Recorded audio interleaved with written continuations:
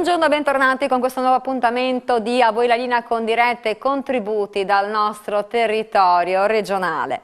Un panino al prosciutto e un frutto, questo è il pasto al sacco che questa mattina centinaia di genitori udinesi hanno preparato per i propri figli, aderendo alla cosiddetta battaglia del panino, una protesta contro il servizio della mensa. Lo sciopero proposto dalle famiglie della scuola primaria Alberti ha poi coinvolto anche altre scuole elementari del capoluogo friulano come la Carducci e la Marconi, un panino day che nella sola primaria di via Baldasseria Media ha raggiunto percentuali di adesioni bulgare. Vediamo. Oggi ha accompagnato sua figlia, aderisce allo sciopero del panino. Sciopero, sì, del panino, ed è giustamente obbligatorio farlo perché mangiavano proprio da paura in classe, arrivavano a casa con il mal di pancia, mal di testa e ovviamente abbiamo aderito a questo sciopero per giusta causa. Ma cosa le racconta sua figlia della mensa? Che la roba non era buona da mangiare e non era ottima come facciamo a casa noi.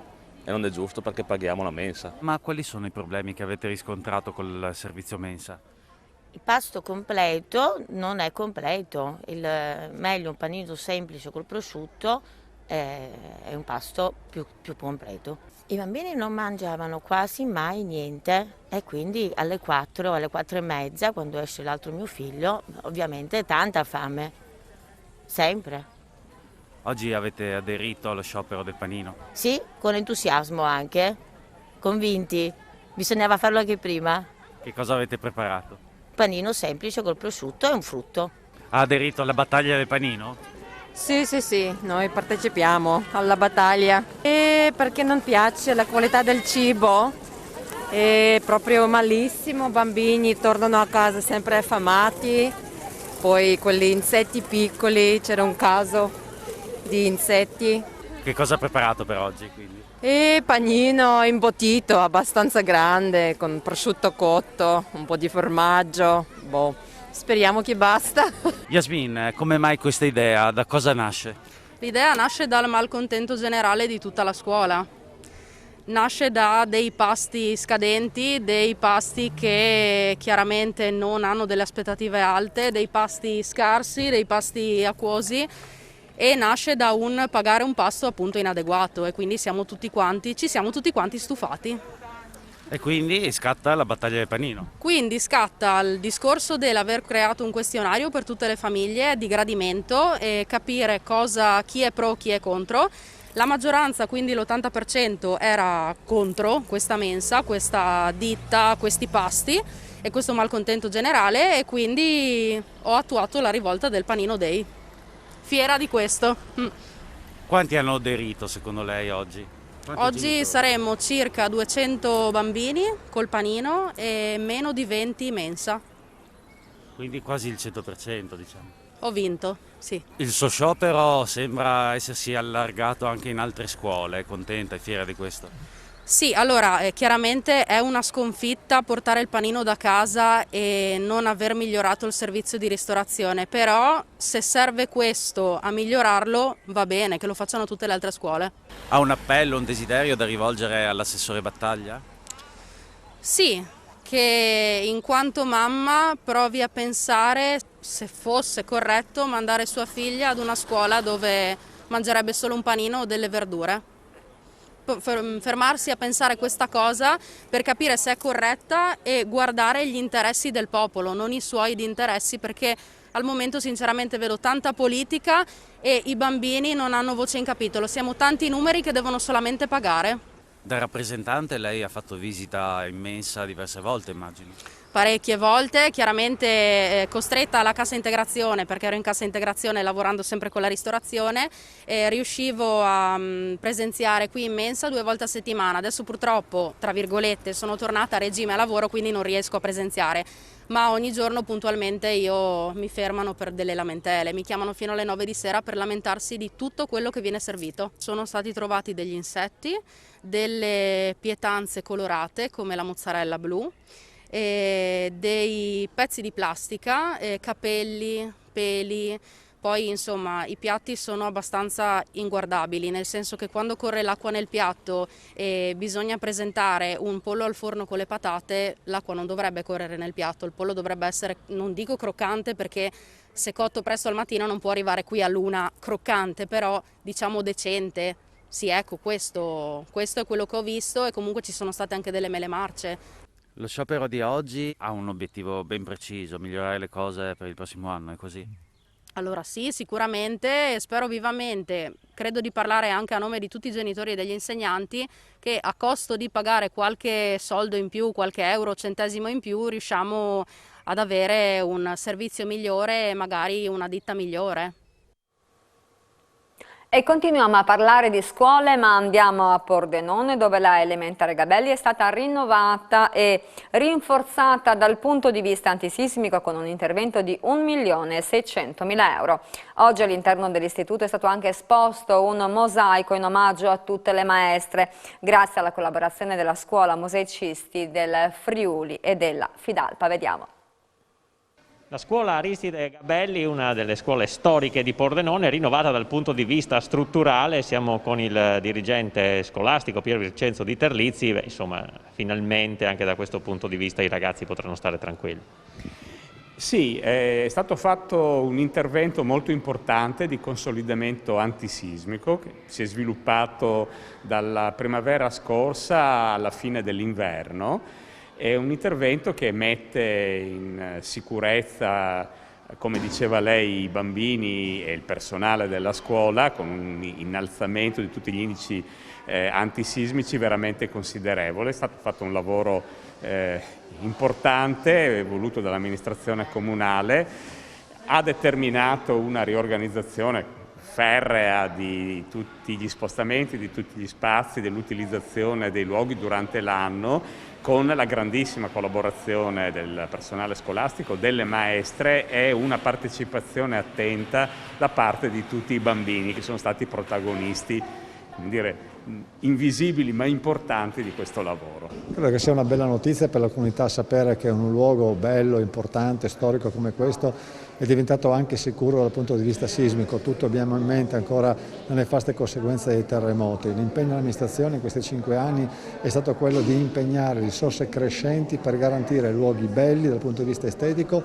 ma anche funzionali, soprattutto dal punto di vista della sicurezza. I genitori, gli insegnanti, i ragazzi stessi devono sapere che entrando nelle scuole elementari, medie, negli asili di Pordenone entrano in luoghi sicuri, non solamente dal Covid. Questa scuola ha avuto, grazie alla proposta fatta dalla nostra amministrazione al MIUR di Roma, ha avuto 1.500.000 euro di contributo per poter mettere in sicurezza la scuola, oltre i 140.000 che la Regione Friuli ha dato. In buona sostanza l'intervento arriva a 1.640.000. Il lavoro era previsto in 2 anni circa, lo abbiamo finito secondo le previsioni 1 mese in anticipo. È stato fatto un buon lavoro, abbiamo usato molto acciaio e nel frattempo che abbiamo preso in mano dai sottoscala di queste scuole al tetto, quindi sono state rivisitate tutte per quanto riguarda l'antisismicità e per cui diciamo che abbiamo reso una scuola in sicurezza con una buona percentuale accettabile per l'antisismicità e per cui penso che nella prossima tornata amministrativa dovremmo in pratica riprendere la mano per quanto riguarda la tinteggiatura e le piccole stalle all'interno per renderla veramente un monumento che può essere visitato e possiamo mostrarlo alle delegazioni che verranno a trovarci a Pordenone. Chiara Platolino, maestra mosaicista di Martignaco, che ha frequentato la scuola del mosaico di Spilimbergo e che oggi ha realizzato, viene esposto, questo mosaico in onore delle maestre proprio qui alla scuola Gabelli, in collaborazione con la Fidalpa. Sì, ho realizzato questo mosaico ancora nel 2019 presso la scuola mosaicisti del Friuli, frequentando il 4º anno di specializzazione. Dopo aver frequentato i primi 3 anni adesso mi diplomata come maestra mosaicista. Ho deciso di interpretare le maestre attraverso una gestualità, cioè quella della bambina che chiede consiglio alla maestra e la maestra che con tono e modo materno le si avvicina a lei per chiedere appunto di che cosa ne ha bisogno. Non ho dato volti a queste figure per la semplice questione che vorrei che gli spettatori mettessero loro i volti che ricordano del loro periodo scolastico. Quindi nella bambina possono immedesimarsi anche loro stessi, come al posto della maestra possono mettere l'immagine della loro maestra preferita o che più ricordano, o anche una persona che comunque più ha insegnato nella loro vita e ha lasciato un segno. E voltiamo pagina, questa mattina presentata in Regione a Udine l'indagine congiunturale di Confcommercio per il primo trimestre del 2021. Dati in miglioramento, ma da sciogliere il nodo formazione dei lavoratori che perderanno il loro posto. Sentiamo. Assessore, è presentata l'indagine congiunturale del primo trimestre di Confcommercio e possiamo dirlo, ci sono segnali di ripresa.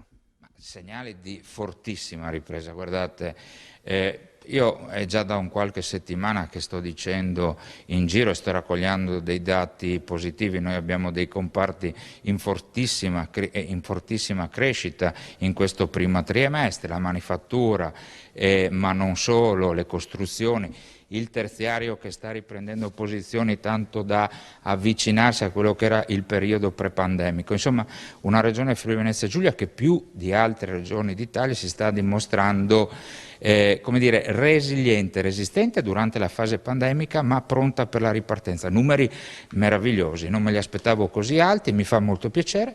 Permettetemi poi di un pizzico d'orgoglio poi per l'indagine che è stata fatta sull'indice di gradimento dell'operato della Giunta Federica. Anche in questo caso indici molto importanti, il che significa che la dedizione, la serietà e la professionalità paga. La Giunta Federica è riuscita a, come dire, a conquistare la fiducia non solo dei cittadini del Friuli Venezia Giulia, ma anche degli imprenditori del Friuli Venezia Giulia, con semplicità ma tanta serietà e tanta dedizione. Questo mi fa piacere. Ecco, il grande tema delle prossime settimane, dei prossimi mesi saranno i licenziamenti e quindi la necessità di riconvertire lavoratori che al momento rischiano di perdere il lavoro. Questo sarà il vero tema. Guardate, ciò che mi conforta dall'analisi che è stata fatta, dall'indagine che è stata fatta, che l'81% degli imprenditori non ha intenzione di licenziare, ma questo è scontato. Io certi allarmismi non li cavalcherei, cioè fanno male, insomma, a quello che è il tessuto economico, ma anche al welfare sociale. Guardate, io dico sempre, in un momento di alzo tiro per l'economia, ma figuratevi quale imprenditore licenze, anzi se cresce il valore della produzione di un'azienda verosimilmente crescono anche gli occupati.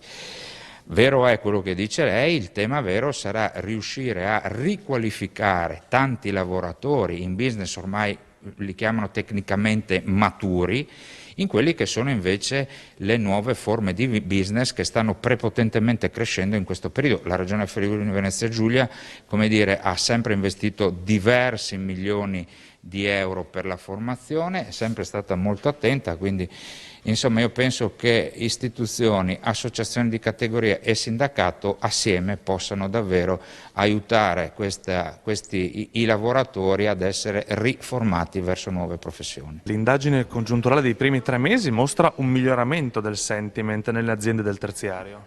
Sì, l'abbiamo percepito, non di tutto il terziario, diciamo soprattutto del turismo. Il terziario è composto da turismo, da commercio e da servizi. Allora parliamo di turismo, non appena ci sono state le informazioni che si tornava a riaprire, a vivere e con le ulteriori informazioni adesso di aperture anche ai confini, sono fioccate e stanno fioccando le prenotazioni, quindi questo è un dato reale, quindi il sentiment positivo degli obbligatori è stiamo vedendo che la gente vuole tornare, ci stanno prenotando. Fatto positivissimo perché il turismo in Italia, non solo nella nostra regione, è quello che deve ripartire più velocemente e che traina dietro tutto il resto, è inutile che ce lo nascondiamo. Il turismo traina la cultura, traina il commercio, traina i servizi, traina i trasporti, traina il manifatturiero, chi produce food, chi deve fare gli arredamenti, traina l'immobiliare. È un settore sempre più nelle economie moderne centrale. Poi ci sono gli altri settori, alcuni che hanno sofferto poco, pensiamo tutto al mondo del commercio del food, altri settori come il non food, l'abbigliamento, le autovetture che sono state fortemente penalizzate. Qui usciamo da un anno drammatico, non è che in 4 mesi si rimette tutto a posto, ci vorranno mesi e mesi e mesi, alcuni settori partiranno prima, alcuni settori partiranno dopo, però è importante il sentiment psicologico degli imprenditori, dei lavoratori, della gente, dei consumatori. Cioè la gente si sente, stiamo percependo, che sente di tornare a poter vivere la propria vita, pur con ancora vaccinandosi. Bisognerebbe far capire che il vaccino, al di là che sia meglio uno o l'altro, è fondamentale per cercare di tirare una linea, se no altrimenti a ottobre-novembre torniamo nel nostro problema. E questo non è un problema italiano, è un problema mondiale. E quindi vediamo positivamente questi dati, poi c'è il sentiment positivo nei confronti dell'amministrazione regionale, quindi è giusto, se uno lavora bene, dire avete fatto bene, poi si può fare meglio tutto quanto. Ecco, da affrontare adesso ci sarà il tema sicuramente della riconversione dei lavoratori e della nuova formazione di chi perderà il lavoro. Abbiamo visto, l'avete pubblicato voi. A oggi, a inizio stagione, non si trovano camerieri, non si trovano cuochi, non si trovano gente con la conoscenza magari anche di un paio di lingue che si approccia al mondo del turismo. Abbiamo un eccesso di lavoratori in altri settori, pensiamo che con l'online probabilmente non ci sarà una necessità di tutte queste figure professionali nei negozi, nei supermercati e quant'altro. E quindi è giusto programmare una veloce riconversione, quello è l'investimento in welfare, di far sì che queste persone, soprattutto anche nei settori digitali, acquisiscano le competenze per fare un lavoro che non sarà più utile nell'immediato futuro, mentre sarà molto utile in altri settori che stanno crescendo. E grazie a Marco Pasquariello, andiamo un attimo in pubblicità ma torniamo subito con voi.